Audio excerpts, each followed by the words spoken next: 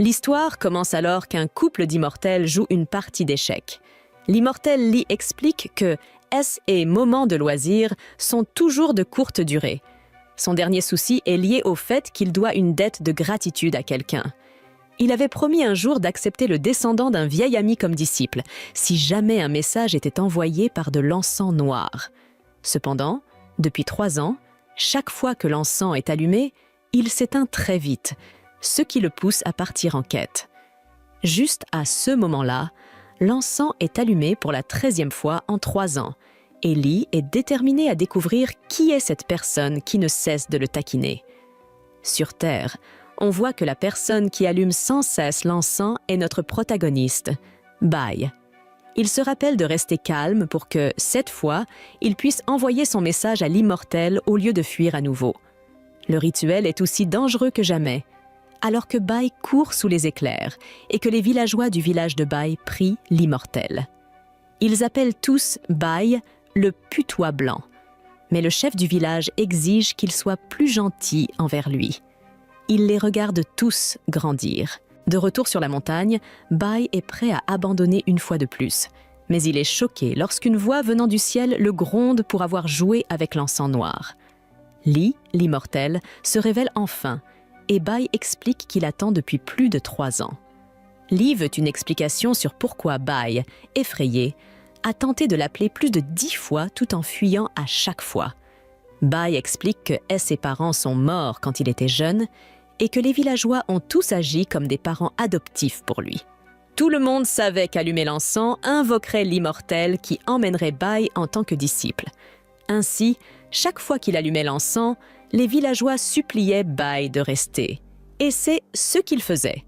Lee est émerveillé par la loyauté de Bai, si jeune, et Bai explique qu'il est maintenant prêt à commencer son entraînement pour devenir immortel et vivre éternellement.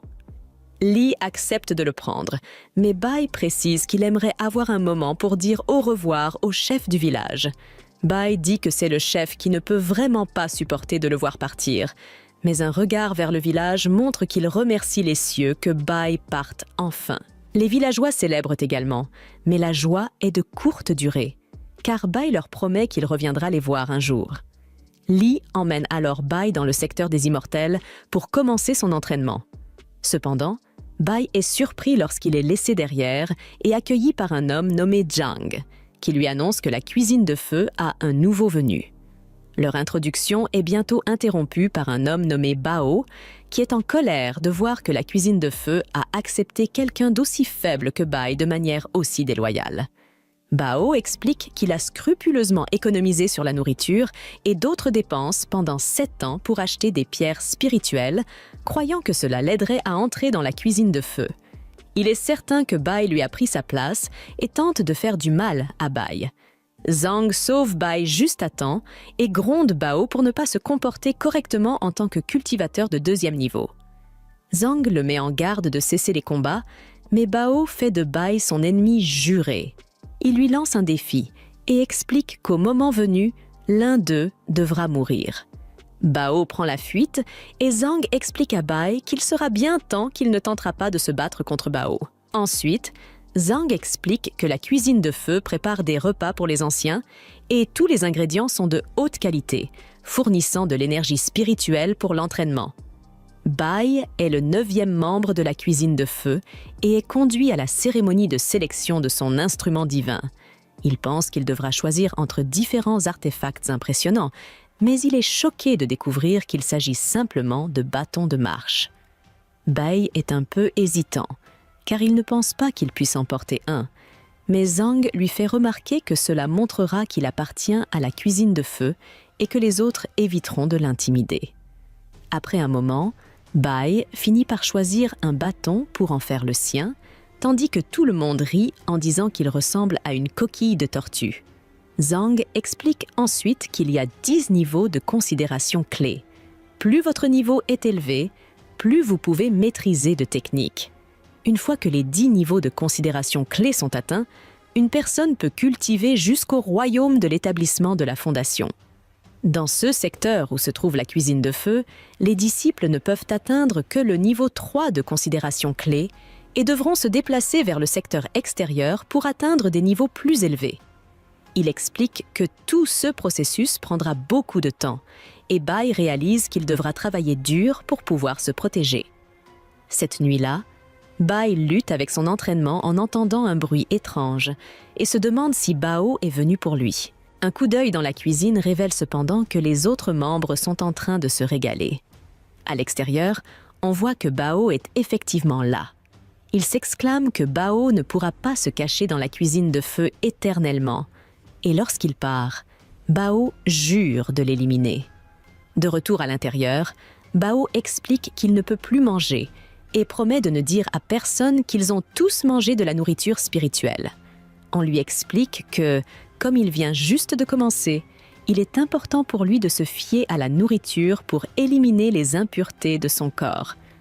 Leur lien se renforce à mesure qu'ils continuent à manger plus de nourriture spirituelle. Et Bao est choqué de découvrir que son corps brûle. Le lendemain matin, Bao est surpris de constater que son corps ne lui fait plus mal lorsqu'il s'entraîne, et il peut sentir le ki circuler dans son corps. Il est plus déterminé que jamais à s'entraîner. Et après un certain temps, il est ravi de constater qu'il peut contrôler son pouvoir spirituel. Bao devient affamé et cuit un grain de riz spirituel dans son wok, étant un peu surpris par le résultat. Plus tard, les autres lui font remarquer qu'ils étaient inquiets car ils ne l'avaient pas vu depuis un moment, mais il explique qu'il s'était simplement beaucoup concentré sur son entraînement. Zhang est étonné de voir à quelle vitesse Bao a atteint le premier niveau de considération clé et Bao attribue cela au riz lumineux qu'il a mangé. Tout le monde rit, car il n'existe pas de riz lumineux et ils n'ont pas d'objet comme ça à moins qu'il ne soit raffiné. Ils expliquent ensuite que la capacité de raffiner est encore loin du niveau où Bao en est dans son entraînement, mais qu'il accomplira probablement un certain type de raffinage à un moment donné. De plus, il existe 3 types de raffinage. Le raffinage des armes pour les rendre plus fortes, le raffinage des élixirs pour perfectionner leur formule, et enfin, le raffinage spirituel. Le raffinage spirituel est extrêmement rare et très peu de personnes ont l'espoir de le réaliser. Cela nécessite de verser la ki vivante du monde dans un objet par la force. Chaque fois que cela réussit, le raffinage laisse une gravure unique et la puissance résultante double à chaque raffinement réussi. Cette nuit-là, Bao se demande si son grain de riz a été raffiné spirituellement et si son wok est en réalité un instrument divin capable de réaliser le raffinage spirituel. Il décide qu'il doit le tester et qu'il le cachera de tout le monde. Dehors, Bao continue à attendre que Bai sorte. Bai réalise que Bao est seulement au 2e niveau de la considération clé et décide de s'entraîner encore plus dur pour ne plus avoir à se cacher. Un peu plus tard, Bai est surpris par quelque chose et pense à la manière dont il vient de terminer le raffinage spirituel de son épée en bois 2 fois. Cependant, après cela, son bâton commence à flotter et quelque chose semble être tiré de lui. Bai est alors horrifié lorsqu'il perd quelques cheveux, ce qui lui fait réaliser qu'il doit perdre une partie de sa durée de vie lors du raffinage. Bai a toujours été très prudent toute sa vie pour s'assurer qu'il vivrait aussi longtemps que possible. Mais maintenant, il se sent trahi par son bâton, qui a gâché tout son travail acharné. Il découvre alors, à sa grande surprise, qu'il peut absorber et invoquer son bâton à volonté. Alors qu'il est appelé à sortir par Zhang, Bai commence à accuser Bao pour la dureté de son entraînement. L'entraînement intense a conduit à son raffinage spirituel et maintenant il a perdu une partie de sa vie. Bai devient furieux et crie après Bao, prêt à se battre contre lui maintenant. Cependant, il est expliqué que Bao a disparu et a probablement abandonné. Tout le monde rit en disant qu'il n'existe pas de riz lumineux et que de tels objets n'existent que s'ils ont été raffinés. Ils expliquent ensuite que la capacité de raffiner est encore très loin du niveau d'entraînement de Bao, mais qu'il accomplira probablement un certain type de raffinage à un moment donné. De plus, il existe 3 types de raffinage. Le raffinage des armes pour les rendre plus fortes, le raffinage des élixirs pour perfectionner leur formule, et enfin, le raffinage spirituel. Le raffinage spirituel est extrêmement rare et très peu de personnes ont l'espoir de le réussir. Il nécessite de verser la quille vivante du monde dans un objet par la force. Chaque fois que cela réussit, le raffinage laisse une gravure unique et la puissance résultante double à chaque raffinement réussi. Cette nuit-là, Bao se demande si son grain de riz a été raffiné spirituellement et si son wok est en réalité un instrument divin capable de réaliser le raffinage spirituel. Il décide qu'il doit tester cela et qu'il le cachera de tout le monde. Cependant, tout le monde est choqué lorsqu'il découvre que Bai a en réalité gagné le combat. Bai libère sa rage et blâme Bao pour avoir perdu sa durée de vie. Avec Bao maintenant défait, le sort qui pesait sur Bai est levé et Bai promet de se venger une nouvelle fois s'il ne parvient pas à regagner sa durée de vie. Le superviseur est stupéfait de voir qu'un nouveau disciple a vaincu le puissant Bao, mais Bao révèle avec étonnement que Bai a en réalité atteint le niveau 3 de la considération clé. Ensuite, il est annoncé à tout le monde qu'il y aura un examen de promotion pour ceux qui souhaitent participer. C'est la seule occasion de passer au secteur extérieur et la compétition sera féroce, car seuls les 3 premiers candidats seront acceptés. Zhang explique que leur groupe de la cuisine du feu ne participe jamais à cet événement, mais Bai pense qu'il est temps que cela change. Un peu plus tard, les villageois remarquent à quel point la cuisine du feu est étrange, étant si calme.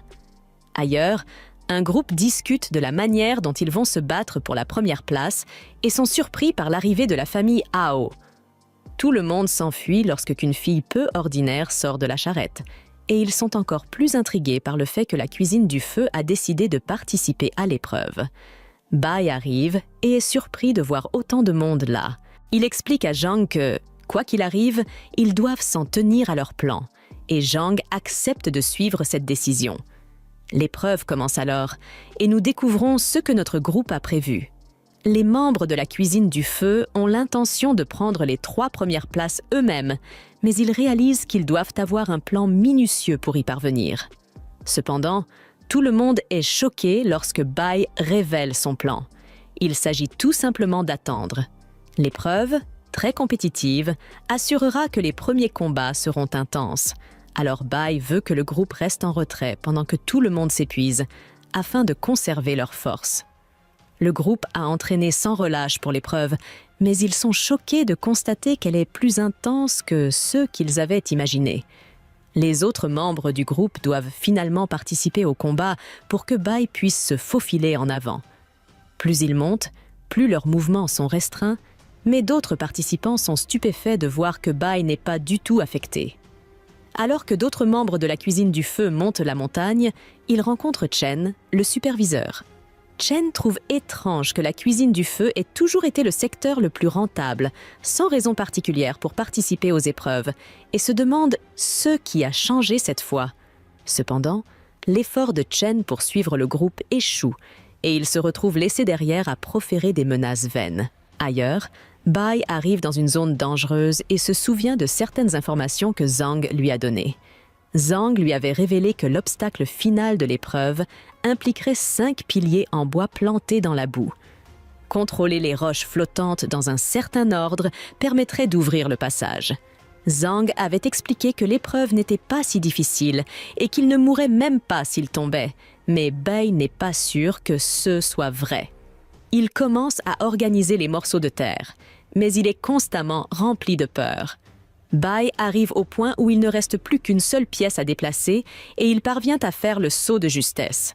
Un oiseau l'aide un instant, mais il s'envole, et Bai hurle alors qu'il tombe vers sa mort. Cependant, il se réveille quelques secondes plus tard pour découvrir qu'il est toujours en vie et qu'il a enfin réussi l'épreuve. Les autres membres arrivent peu après et on leur annonce que, une fois que les 3 d'entre eux franchiront une porte, ils deviendront officiellement des disciples du secteur extérieur, entamant enfin leur chemin vers l'immortalité. 2 autres participants arrivent, déçus de voir qu'ils sont trop tard, mais Bai choque tout le monde lorsqu'il déclare que son groupe n'est pas encore prêt. Bai prend la parole et explique combien il est triste de quitter ses frères de la cuisine du feu. Il déteste devoir prendre la décision de partir, mais il précise qu'il doit le faire. car ils ont sacrifié tellement pour arriver à la fin de l'épreuve.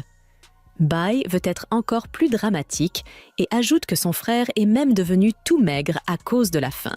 De manière encore plus dramatique, Bai explique que, en sautant des repas, son frère est tombé dans les pommes. Il révèle alors qu'il renoncera aux places du secteur extérieur en échange de 200 pierres spirituelles chacune. Bai prononce ensuite un discours emphatique sur la poursuite des rêves et le début de leur chemin vers l'immortalité. L'un des hommes réalise qu'il n'aura plus besoin des pierres spirituelles une fois qu'il sera immortel et donne toutes ses économies à Bai. Il est prêt à vivre son rêve, mais l'homme chargé de superviser l'épreuve arrête tout et révèle qu'ils enfreignent ouvertement les règles de l'épreuve. Cependant, lorsque Bai lui demande quelle règle a été enfreinte, l'homme ne trouve aucune réponse. Bai montre alors sa connaissance des règles en commençant à les réciter une par une. Les heures passent et nous voyons que Bai a étudié les règles en profondeur et finit par relater les 386 règles au superviseur. Puisque aucune règle n'est violée, Bai poursuit la transaction et accepte les enchères pour les 2 autres places. Plusieurs personnes font de grosses offres allant jusqu'à 300 pierres, mais la fille étrange de la famille Hu arrive et propose 10 fois plus. Bai est choquée par son offre, mais l'accepte gracieusement, et elle devient officiellement la 2e disciple du secteur extérieur. Chen arrive bientôt, en colère de voir ce qui se passe, mais le superviseur lui explique qu'il ne viole aucune règle. Il souligne cependant que c'est la première fois qu'une telle situation se produit et ordonne à tout le monde de le suivre au hall des forces de l'ordre. Tout le monde accepte, confiant qu'il ne viole aucune règle. Cependant, Chen n'est pas du tout satisfait et envoie Bai vers la porte afin de le forcer à devenir un disciple du secteur extérieur. L'histoire continue alors que nous voyons que Bai, étonnamment, n'a pas été forcé à passer à travers la porte. C'est Chen qui se trouve de l'autre côté et un flashback montre que la marche de Bai l'a automatiquement sauvé. Chen essaie de revenir, mais le surveillant explique que toutes les décisions sont définitives. La fille étrange qui a payé pour passer à travers la porte remercie Bai de lui avoir permis de le faire et se présente sous le nom de Mei. Bai exprime son soulagement de rester avec la cuisine du feu et le groupe est stupéfait de découvrir qu'ils ont maintenant 200 pierres spirituelles après avoir vendu leur place pour rejoindre le secteur extérieur.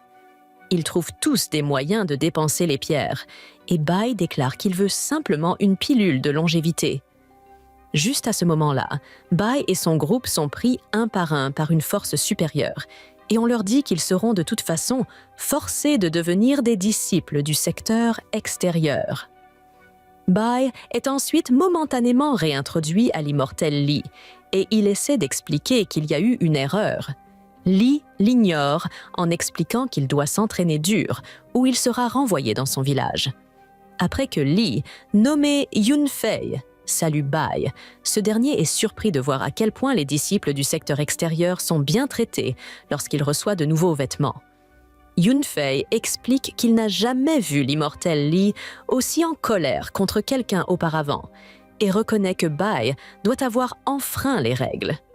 Bai se défend, mais il contrarie Yunfei lorsqu'il se réfère à Li de manière aussi décontractée. Yunfei explique à Bai qu'il est maintenant un disciple du secteur extérieur et doit avoir une meilleure étiquette. Cela est particulièrement vrai puisqu'il est un apprenti apothicaire, ce qui cultive principalement la voie médicinale.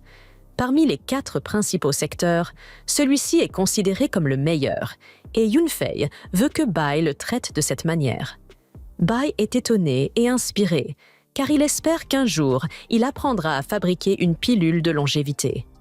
Yunfei explique que s'il travaille assez dur, Bai finira par atteindre un niveau où une simple pilule, qui prolonge la vie d'une seule année, ne sera plus rien pour lui. Bai est ensuite emmené au pavillon des scripts, qui est une 12aine de fois plus grand que la cuisine du feu. Il ne voit aucun livre sur le raffinement des élixirs, et Yunfei explique que les apprentis doivent d'abord apprendre 10 volumes de plantes et de bêtes spirituelles. Après cela, il devra passer l'examen des 10 monuments géants pour passer au niveau suivant. Bai remarque quelques rouleaux en hauteur et Yunfei précise qu'il s'agit de rouleaux scellés qui n'ont pas été utilisés depuis un certain temps. Juste à ce moment-là, un homme arrive à la recherche d'un rouleau spécifique, mais l'aîné qui travaille là-bas ne se souvient pas où il se trouve. Bai, étonnamment, prend la parole et donne en détail l'emplacement exact du rouleau à l'homme. L'excitation de l'homme à la trouvaille de l'écriture incite d'autres personnes à demander l'aide de Bai pour retrouver des écrits, et Yunfei n'en croit pas ses yeux. Malgré sa présence là depuis très peu de temps, Bai a réussi à se souvenir de tout avec une telle précision. Après cela, Bai demande une copie d'un script et l'aîné est choqué de voir que Bai veut apprendre le pouvoir immortel de l'immortalité. L'aîné explique que le script n'est pas complet, mais qu'il est encore très difficile à entraîner. Bai devra endurer des douleurs aiguës, perçant les os, et des sensations extrêmes de faim, mais Bai est déterminé.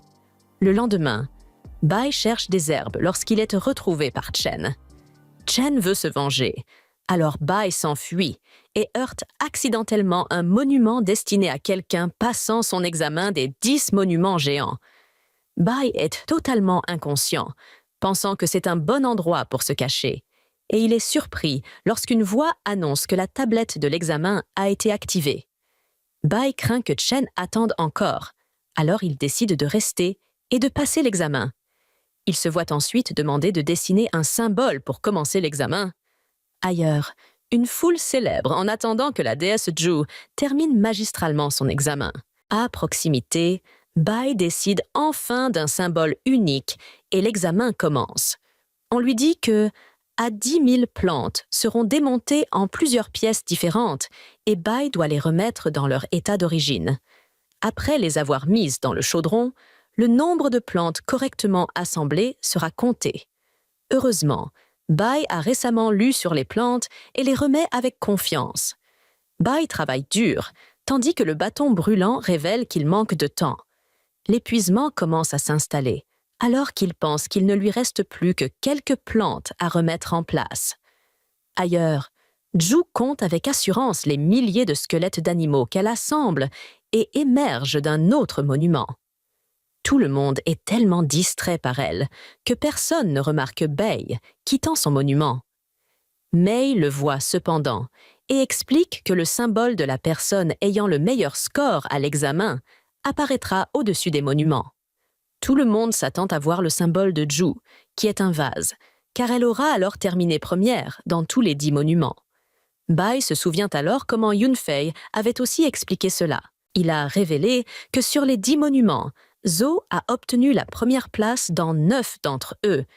Elle défie maintenant le E, et si elle obtient encore la première place, ce sera une merveille que le secteur n'a pas vue depuis plus de 1000 ans.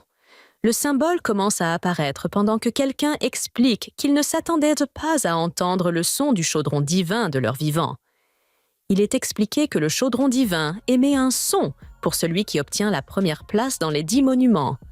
Tout le monde pleure et certaines personnes s'évanouissent alors qu'elles se préparent à être témoins de l'histoire dès que ce vase apparaît.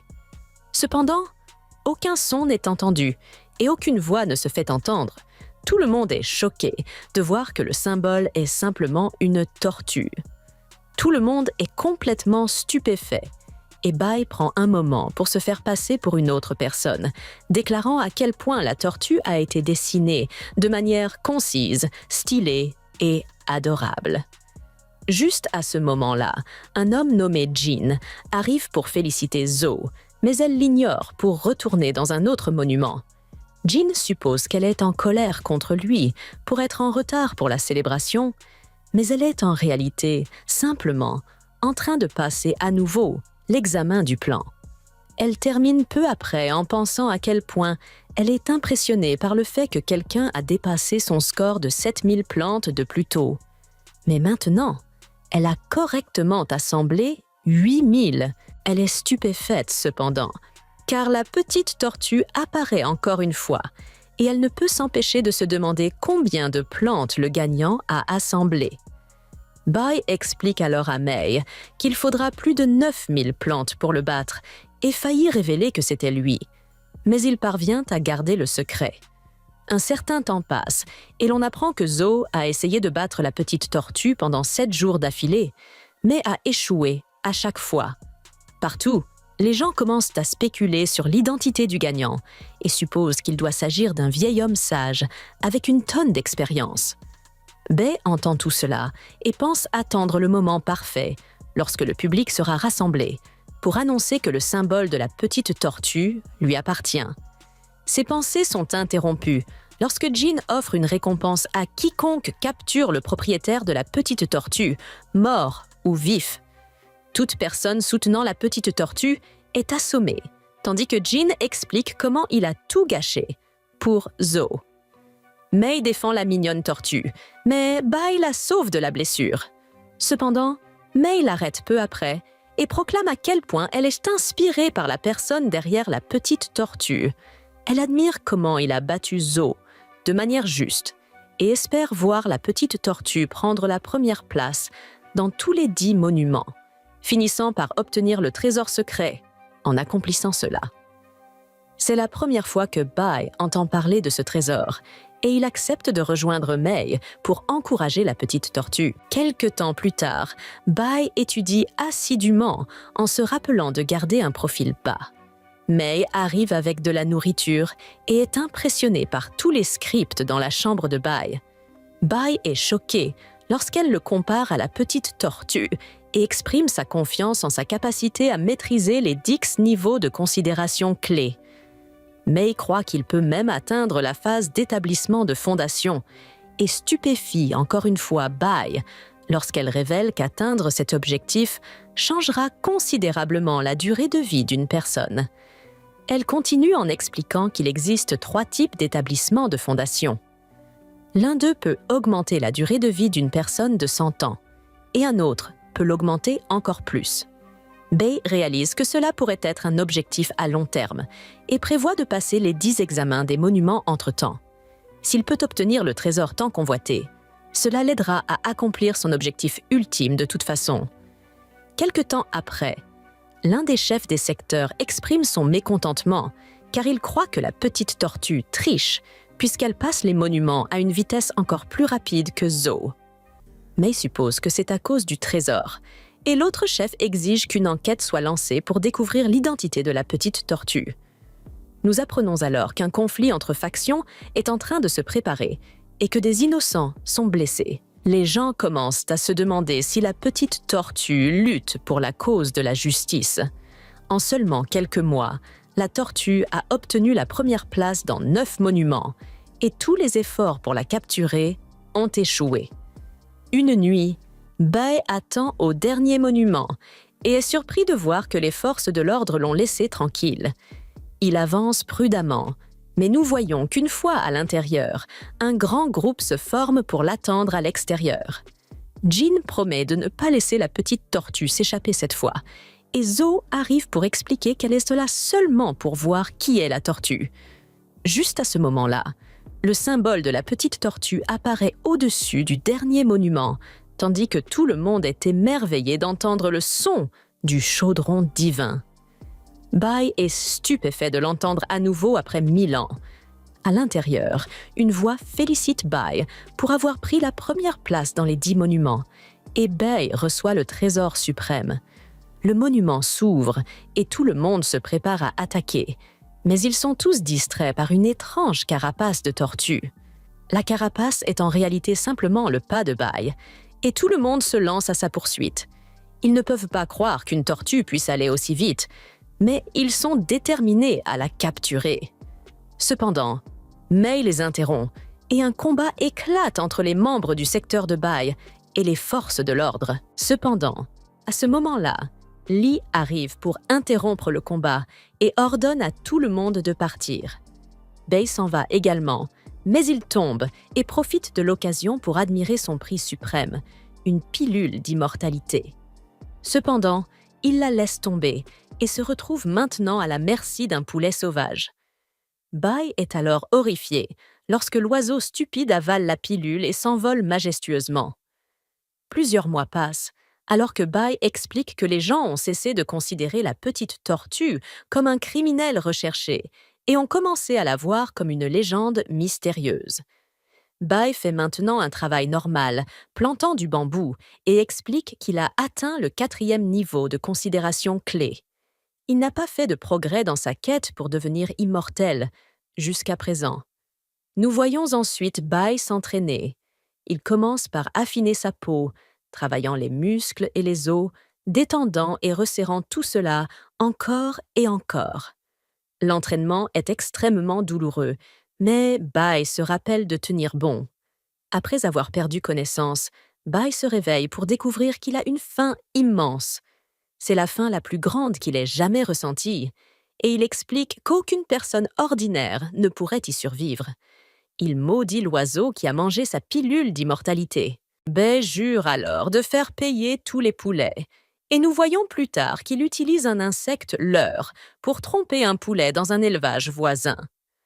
Le lendemain, Zhu réunit les habitants de la ville pour les informer que les poulets de l'immortel Li ont été volés. Il ne s'agit pas de poulets ordinaires, mais de poulets à queue spirituelle, très précieux pour la fabrication de médicaments. Elle explique que le voleur a réussi à en voler des dizaines en une nuit. Zhu déclare que Li est en plein entraînement en ce moment et qu'il n'est pas au courant de la situation. En tant que disciple, elle s'occupera de l'affaire et offre son pendentif protecteur en récompense de la capture du voleur de poulet à queue d'esprit. Bai se rend compte que les choses pourraient mal tourner pour lui et décide d'agir vite. Un autre homme le devance et suggère un moyen de capturer le voleur. Bai s'interpose, car il doit gagner la confiance de Zhu, et souligne toutes les failles du plan de l'homme. Au lieu de cela, Bai recommande que tout le monde s'associe pour former une équipe chargée d'attraper le voleur. Il fait un discours emphatique sur le fait que tout le monde peut aider, qu'il soit jeune ou vieux, homme ou femme. Zhu est impressionné qu'elle soit d'accord avec Bai et proclame qu'il sera le chef de l'équipe tout en lui donnant un ruban en signe de confiance. Cette nuit-là, Bai pense à quel point le fait d'avoir une nouvelle identité facilitera ses vols de poules et il se dirige vers une autre ferme. Alors qu'il vole, Bai est choqué d'entendre la voix de Zhu s'exclamer à quel point elle est déçue. Bai pense qu'il a été attrapé et se rend compte que Li va sûrement l'expulser pour vol. Il se prépare à supplier Zhu pour qu'elle lui accorde sa clémence, mais il est choqué de découvrir qu'elle réprimande en réalité les fermiers pour dormir pendant leur service. Cependant, Bai est repéré juste après et déclare dramatiquement qu'il a arrêté son entraînement pour chercher le voleur. Il dit qu'il n'était pas de taille face aux malfaiteurs et qu'il a subi de nombreuses blessures internes en le combattant. Bai prend l'entière responsabilité en tant que chef d'équipe pour avoir laissé le voleur s'échapper, et Zhu soutient complètement son histoire. Elle explique qu'il était le seul à surveiller son poste de manière assidue et qu'il mérite amplement son pendentif de protection. Zhu lui explique que Bai ne devrait pas travailler aussi dur et devrait plutôt se reposer, en souhaitant que le secteur ait plus de disciples comme lui. Après que Bai se soit reposé, il poursuit sa mission en tant que leader de l'équipe de capture des voleurs, ainsi que son vol en tant que voleur de poules. Une nuit, Bai enterre encore plus d'os de poules et se lamente sur le fait qu'il ne reste plus que quelques poules à la ferme.